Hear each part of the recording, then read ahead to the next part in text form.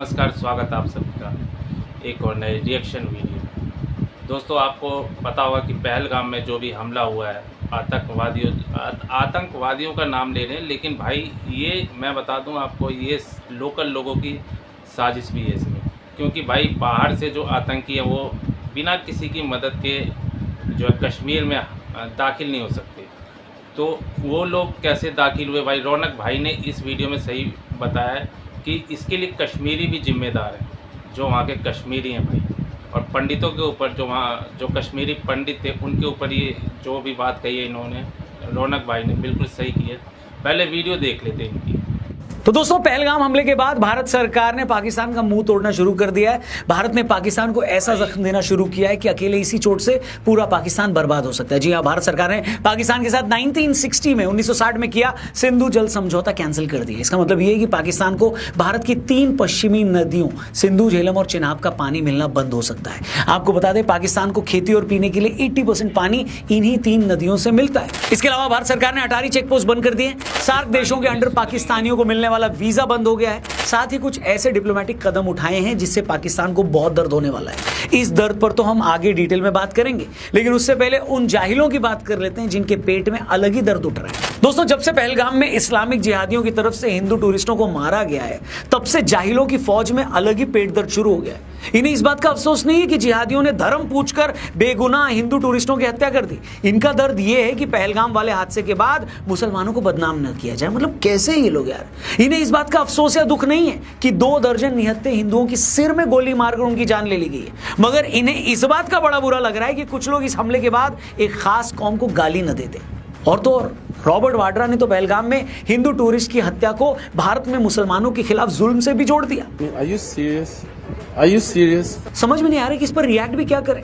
इस बात पर तो मैं बाद में आऊंगा कि इस देश में किस पर जुल्म हो रहा है, किस पर नहीं हो रहा है। पहले मैं ये पूछना चाहता हूं कि अगर इतने लोगों की मौत पर आप ये कहते हैं कि ये लोग तो इसलिए मारे गए क्योंकि देश में ये सब हो रहा है, इससे ये लगता है कि आप इतने लोगों की मौत को, उनके कत्लेआम को जस्टिफाई कर रहे हो।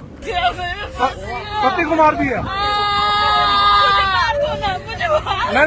और किस माइनॉरिटी पर जुल्म की बात कर रहे हैं आप? ज्यादा पीछे क्यों जा रहे हो? अभी कुछ दिन पहले मुर्शिदाबाद में क्या हुआ? वहां किन लोगों को घर छोड़कर जाना पड़ा? किसके डर से घर छोड़ना पड़ा? क्या ये बताने की जरूरत है? किसके डर में होने की बात आप लोग कर रहे हो भाई साहब? इसी देश में कमलेश तिवारी की हत्या कर दी जाती है, इसी देश में कन्हैया लाल टेलर की हत्या कर दी जाती है, और फिर आप कहते हैं कि फला लोग डरे हुए हैं। This government will try and show that, talk about Hindutva, and the minorities feel uncomfortable, and they feel trouble. मुझे समझ में नहीं आता कि आखिर कब तक इस देश की पॉलिटिक्स इस तरह की बातें करके एक सेक्शन के कट्टरवाद पर पर्दा डालती रहेगी। मेरे को समझ नहीं आ रहा। आपको याद होगा 2021 में जब कश्मीर फाइल्स फिल्म आई, तब भी एक सेक्शन ने चिल्ला कर उस फिल्म को प्रोपेगेंडा फिल्म बताना शुरू कर दिया था। तब भी इन्हें इस बात की फिक्र थी कि फिल्म में एक खास कौम के एक भी आदमी का पॉजिटिव कैरेक्टर क्यों नहीं दिखाया गया। मतलब इन्हें फिल्म में दिखाए हिंदू पंडितों के कत्ल को देखकर रोना नहीं आया, इन्हें फिल्म में दिखाए हिंदुओं के पलायन को देखकर तरस नहीं आया, इन्हें फिल्म में दिखाई जिहादियों की जातियों को देखकर गुस्सा भी नहीं आया। लेकिन इन्हें इस बात पर बड़ा गुस्सा आया कि जिस सेक्शन के लोगों ने हिंदू पंडितों को, कश्मीरी पंडितों पर इतने जुल्म किए, उस सेक्शन का एक भी आदमी पॉजिटिव लाइट में क्यों नहीं दिखाया गया।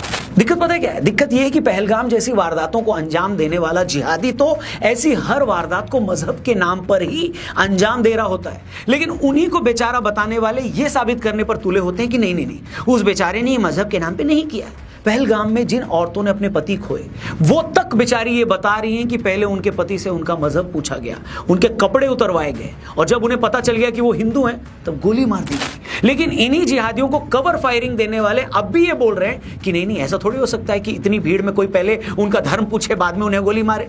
मतलब जिसके पति को मारा गया है वो औरत झूठ बोल रही है। और दिल्ली में अपने घर में एसी रूम में बड़ी बिंदी लगाकर बैठी दीदी ये जानती है कि ऐसा नहीं हुआ था। कम ऑन यार। और ये कोई पहली बार थोड़े ना हो रहा है। हर जिहादी हमले के बाद यही होता है। इधर वो मजहब के नाम पर हमला करके निर्दोष हिंदुओं का कत्ल करते हैं, और उधर उनके नाम की माला जपने वाले, इनके चहेते, उन्हें बेचारा बताने में लगे रहते हैं। 26/11 के टाइम भी यही हुआ था। वो तो अजमल आमिर कसाब पकड़ा गया था, वरना तो अजीज बर्नी और दिग्विजय सिंह जैसों ने यह साबित ही कर दिया था कि यह हमला संघ की साजिश है। लालू जी के टाइम भी यही साबित करने की कोशिश की गई थी कि गोधरा की ट्रेन में बाहर से किसी ने आग नहीं लगाई, वो तो आग एक्सीडेंट की वजह से लगी थी अंदर ही।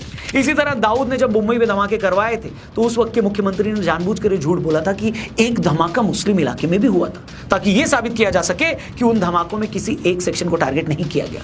और यह बात मैं नहीं बोल रहा हूं, खुद ये खुलासा उन्हीं की किताब में किया गया। अब आप सोचिए, जिस देश में ऐसी गंदी पॉलिटिक्स हो, उस देश को किसी और दुश्मन की क्या जरूरत है दोस्तों। पहलगाम वाले मामले में भी ये लोग क्या कर रहे हैं, यही तो कर रहे हैं। अब ये लोग ये साबित करने में लगे कि देखो इस हमले में तो पाकिस्तान का हाथ है, लोकल आतंकी थोड़े शामिल हैं। मतलब खुफिया एजेंसी वाले खुद ये बोल रहे हैं कि हमले में 6 टेररिस्ट थे, जिसमें 3-4 पाकिस्तान के हो सकते हैं और 1-2 लोकल थे। लेकिन इन लोगों को अपने घर में बैठकर ये कॉन्फिडेंस है कि नहीं लोकल आदमी तो बिल्कुल नहीं था। मतलब आपको लगता है कि बिना लोकल आदमी की मिली भगत के सरहद पार से आतंकी आ जाते हैं, उन्हें यहाँ छिपने की जगह भी मिल जाती है, उन्हें खाने को खाना भी मिल जाता है, वो हमला करने से पहले 3-4 बार रेकी भी कर लेते हैं और हमला करके फौरन भाग भी जाते हैं। अगर ये सब इतना ही सिंपल होता तो पूरे भारत में हर जगह हर दिन ऐसे हमले ना हो रहे होते। लेकिन नहीं, ये लोग ये भी नहीं सोचेंगे। इनकी चिंता ये है कि अगर इस बात को हवा मिल गई कि नहीं इस हमले में तो लोकल लोग भी शामिल थे, तो कश्मीरियों की इमेज खराब ना हो जाए।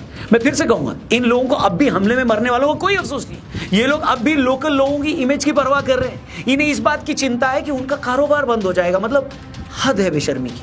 मतलब एक औरत की शादी सिर्फ 5 दिन पहले हुई थी और वो 5 दिन में ही विधवा हो गई, तुम्हें उसकी परवाह नहीं है। एक आदमी परिवार के मना करने के बावजूद पूरा परिवार लेकर कर्नाटक से कश्मीर घूमने आया था, वो आदमी आतंकियों के हाथों अपने परिवार के सामने मारा गया।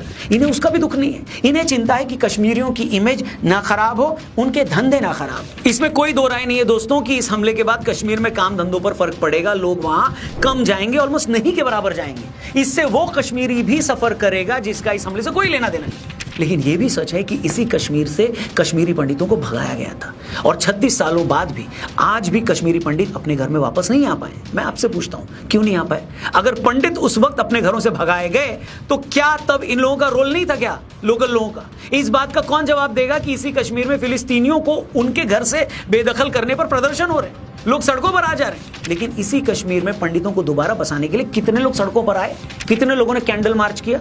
अगर कोई हो तो मेरे को बताओ कमेंट करके। मतलब श्रीनगर से हजारों किलोमीटर दूर इन लोगों को अपने दीन से जुड़े फिलिस्तीनी भाइयों के घर उजड़ने की परवाह तो है, लेकिन कश्मीरी भाइयों की परवाह नहीं है। वो पंडित जो इस कश्मीर के असली वारिस हैं, इसके मूल निवासी हैं, और फिर आप कहते हैं कि इस प्रॉब्लम को मजहब से न जोड़ा जाए। Very good. इसी कश्मीर में बुरहान वानी जैसा आतंकी मारा जाता है तो लोग सड़कों पर आ जाते हैं। लेकिन इसी कश्मीर में जब जिहादी किसी कश्मीरी पंचायत सदस्य को, किसी पुलिस वाले को मार देते हैं तो कितने लोग सड़क पर आते हैं भैया, ये जरा बताना। और किसी भी स्टेट में अगर आतंकी के जनाजे पर जो लाइनें लग जाती हैं और पुलिस वाले की मौत पर 50 लोग भी इकट्ठा नहीं होते, तो उस सोसाइटी की सोच की जड़ में क्या है ये बताने की जरूरत है क्या? आप बताओ।